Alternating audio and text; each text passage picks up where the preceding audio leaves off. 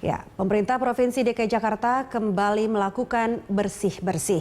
Kali ini bangunan-bangunan liar di kawasan Kemayoran seluas 1 hektar telah ditertibkan. Reporter Carlos Michael dan kamerawan Rio Cornelianto sudah siap melaporkan kondisi terkini dari lokasi penertiban. Carlos. Nah, ini bersih-bersih 1 hektar. Untuk apa 1 hektar itu nantinya, Carlos?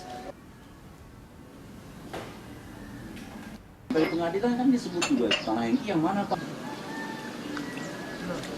Lahan 1 hektar ini yang kita kenal sebenarnya berada di Jalan Benyamin Sueb, tepatnya di bundaran Ondel-Ondel Kemayoran.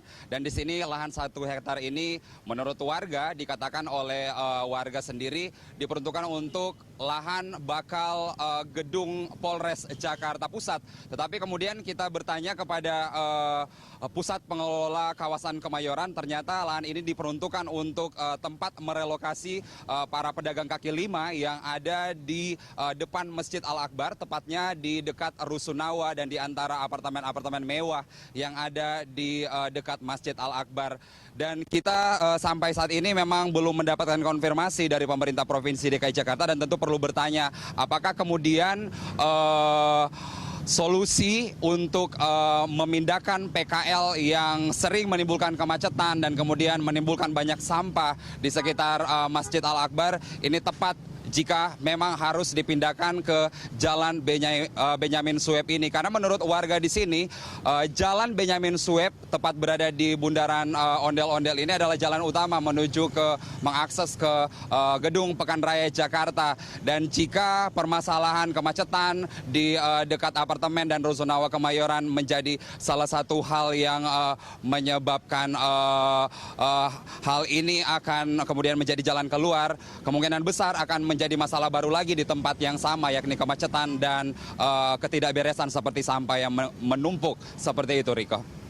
Tentukan setelah 1 hektar ini dibersihkan juga tidak membuat masalah baru begitu ya. Nah, bagaimana keadaan para warga yang permukimannya terkena penerimaan sendiri, Carlos? Kemana mereka pindah?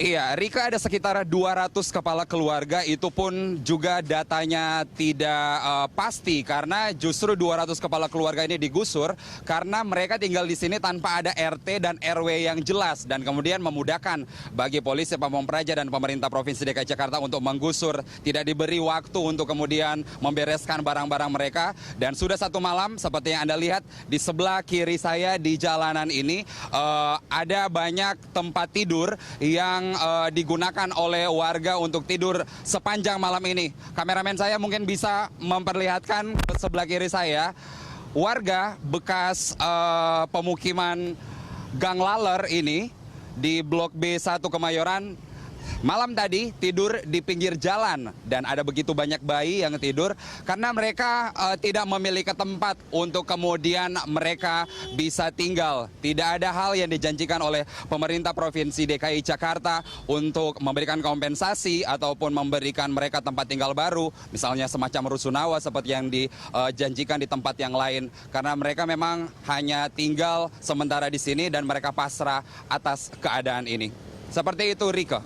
Ya, tentu ini bukan hal yang baik untuk kemudian membiarkan warga terlantar di pinggir jalan, apalagi Anda katakan tadi banyak anak kecil dan bayi. Kita tunggu informasi perkembangannya dari Anda, bagaimana kemudian penanganan warga-warga yang digusur ini, Carlos. Terima kasih atas informasi Anda, Carlos Michael dan kamerawan Rio Cornelianto atas laporannya dari lokasi penertiban di kawasan Jakarta Pusat.